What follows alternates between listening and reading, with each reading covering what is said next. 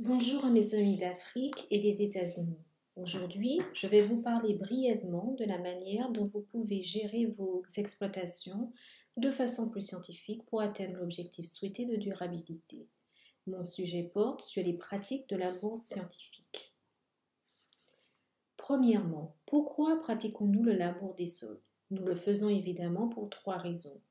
Pour obtenir un bon lit de semences, un bon état des cultures et faire en sorte que les champs de culture soient exempts de mauvaises herbes. Est-ce bien de labourer le sol ou de faire des labours excessifs? La réponse à cette question est un non clair et catégorique, parce que vous perdez la précieuse matière organique du sol.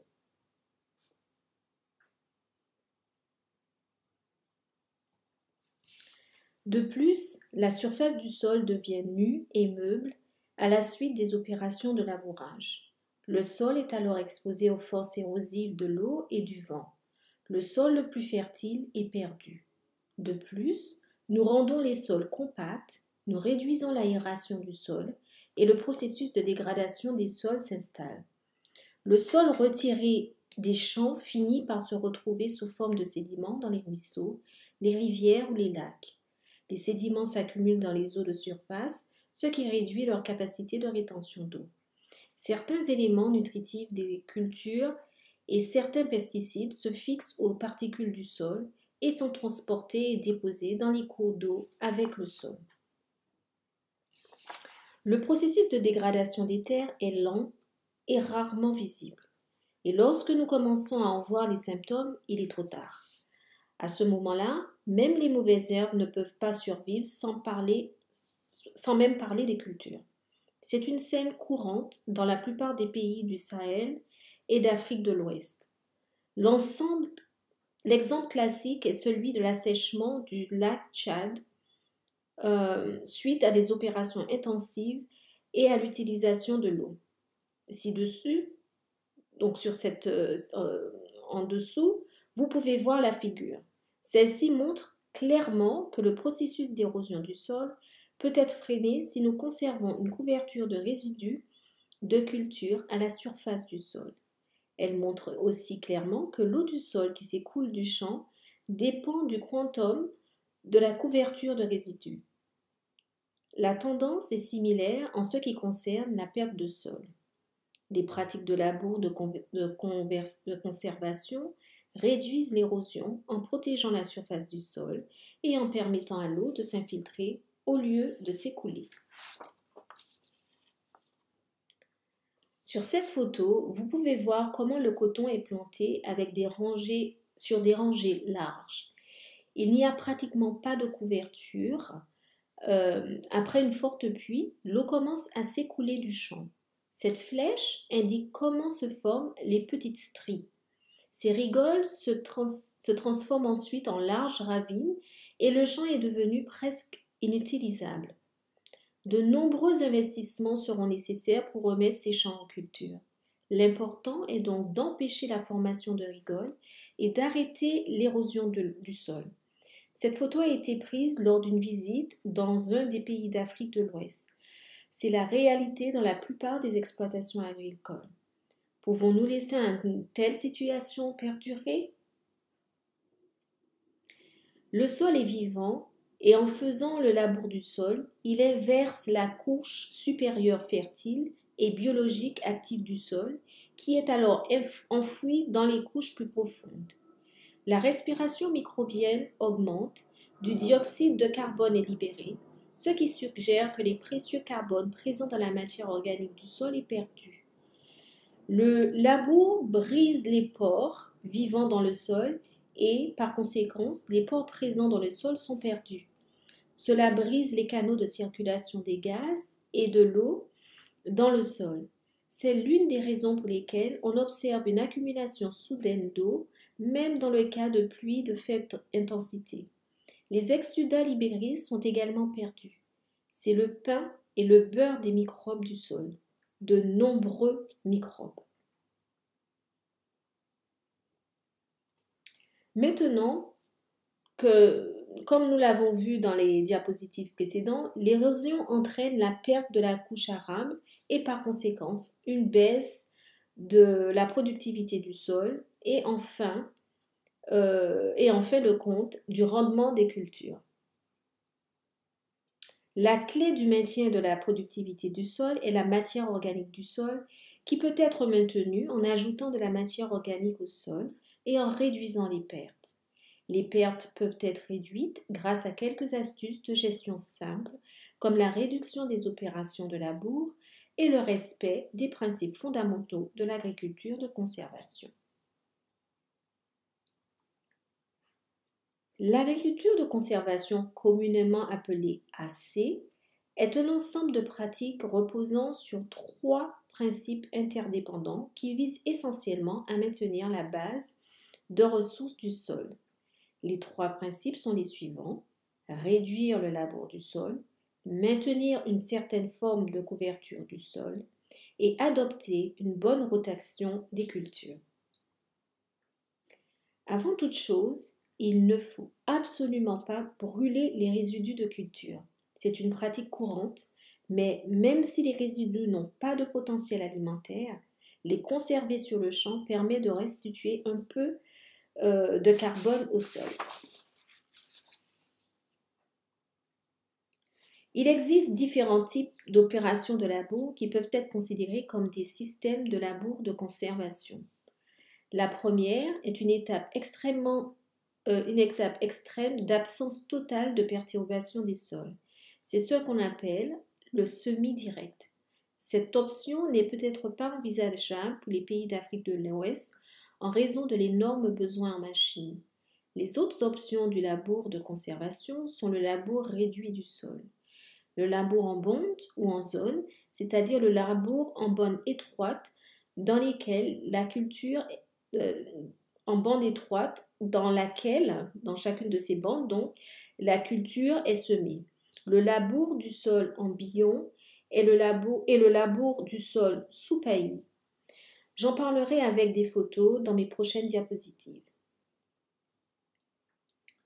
Le semis direct ne perturbe pas le sol, depuis la récolte jusqu'au semis. La plantation se fait dans un lit de semences étroit, généralement 6 pouces au moins, et dans une fente créée par des croûtes, des nettoyeurs de rangées, des ouvreurs à disque, des ciseaux à bois dans des rangées ou des rotoculteurs. Les semis sans labour peuvent être utilisés avec succès dans les résidus de culture de l'année précédente. Il repose sur l'utilisation d'herbicides comme principale méthode de lutte contre les mauvaises herbes. Le système de conservation du sol que j'ai expérimenté pendant près d'une décennie montre que les options de labour minimum ou réduit du sol fonctionnent mieux dans les régions pluviales. Aujourd'hui, la situation dans le centre de l'Inde est presque similaire à celle du Tchad. C'est une pratique de labour qui peut être facilement suivie. Nous avons constaté une réduction significative du nombre de mauvaises herbes, une amélioration de la quantité des sols et des rendements des cultures.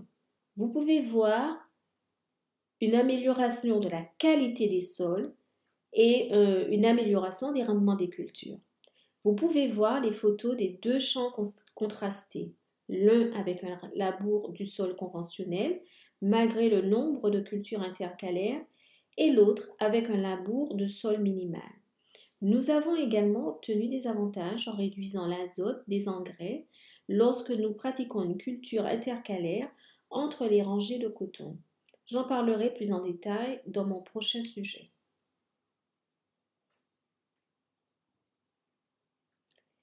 C'est une bonne pratique dans les régions pluviales. Il faut toutefois une machine. Donc, la plantation sur billon et sillon est une bonne pratique pour les régions pluviales. Il faut toutefois une machine pour faire les billons et les sillons. Dans ce cas, nous plantons le coton après la réalisation des billons. La plantation se fait sur les billons. En cas de forte pluie, comme c'est le cas dans toutes les régions pluviales, l'eau s'écoule du champ par le sillon. Cette eau s'infiltre ainsi lentement dans le sol. Ainsi, en période de sécheresse, la culture est capable de résister au stress de la sécheresse. Je suggère d'adopter cette forme de travail du sol dans les régions où le sol est mal drainé. Les billons accélèrent le drainage et le réchauffement du sol.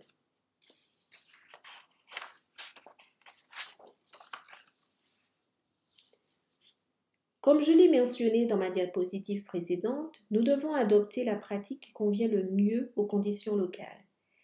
Quelle que soit la forme de labour que vous effectuez, il faut le faire en travers de la pente et le faire en temps utile en maintenant un résidu de culture à la surface. C'est une pratique suivie dans certains pays d'Afrique occidentale. Ce que l'on voit ici. Elle est connue sous le nom de plantation en ligne de tramway. Dans ce cas, le champ est labouré dans la même ligne chaque année. C'est un cas intéressant. Nous l'avons également fait dans nos exploitations de recherche.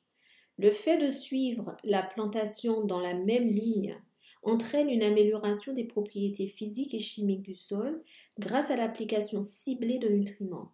Dans ce système, les espaces entre les rangées restent intacts. Les avantages des systèmes de l'agriculture de conservation sont si nombreux qu'ils justifient leur adoption. Tout d'abord, les rendements du coton-graine sont élevés. L'agriculture utilise également les bœufs de manière efficace. En raison de la réduction de la main-d'œuvre, la rentabilité est également plus importante. En outre, il permet de créer des emplois. Plus important encore, ces systèmes de conservation sont meilleurs lorsque les conditions météorologiques sont difficiles. Il y a tout de même un hic. Vous ne pouvez pas en tirer profit si le système ne sont pas adaptés dans leur ensemble. Les approches de repas à la pièce ne fonctionnent pas, bien qu'elles puissent offrir certains avantages. Le prochain aspect de l'agriculture de conservation est l'adoption d'une bonne rotation des cultures. Cet aspect est important pour obtenir une bonne couverture et aussi pour reconstituer la fertilité du sol. Certaines cultures ont également l'avantage de servir de culture piège. Les légumineuses doivent de préférence être cultivées en rotation car le coton a un besoin énorme en azote. Les légumineuses fixent l'azote atmosphérique qui devient disponible pour le coton de la campagne suivante. On peut économiser les engrais en plus de satisfaire les besoins alimentaires. Le choix est laissé aux conditions locales, à ce qui convient le mieux à la région et aux préférences des populations locales en matière de consommation alimentaire. Je suggère de cultiver soit du soja, soit du pois d'Angole. Ces deux cultures laissent à la surface du sol une bonne quantité de résidus de feuilles qui enrichissent assez bien le sol. Permettez-moi d'être clair. Les systèmes d'agriculture de conservation ne sont pas faciles. Je répète que si nous voulons réussir, nous devons travailler patiemment en fonction du type de sol local, des cultures cultivées et du régime des pluies. Mais ces systèmes présentent de grands avantages dans le monde entier et je suis sûre que cela fonctionnera aussi avec le Tchad. Assis ici, à distance, il est difficile pour moi de dire comment s'y prendre immédiatement. Mais nous pouvons nous asseoir, peut-être à une date ultérieure, et essayer nous asseoir ensemble, peut-être à une date ultérieure, et essayer de trouver une solution afin que les agriculteurs tchadiens obtiennent une solution réalisable et pratique. En attendant, je vous invite à dresser une liste de toutes les cultures, des types de sols dont vous disposez et du régime des pluies pour les différentes régions du Tchad. Les systèmes d'agriculture de conservation doivent être adaptés à la situation spécifique du lieu. Je remercie le CISA pour son aimable autorisation, Kai, Keshav pour leur aimable invitation et tous les membres du CCIC. Enfin, je voudrais remercier les membres de mon équipe et de mon institut. Je vous présente ici une photo de ma dernière visite au Tchad. Je suis sûre que certains d'entre vous ont participé à ce programme. Je vous souhaite le meilleur en ces temps difficiles. Restez en sécurité et soyez bénis. Je terminerai mon exposé par la dernière diapositive qui parle d'elle-même. Prenons soin du sol et nourrissons-le pour une production durable du coton. Merci pour votre écoute attentive et patiente.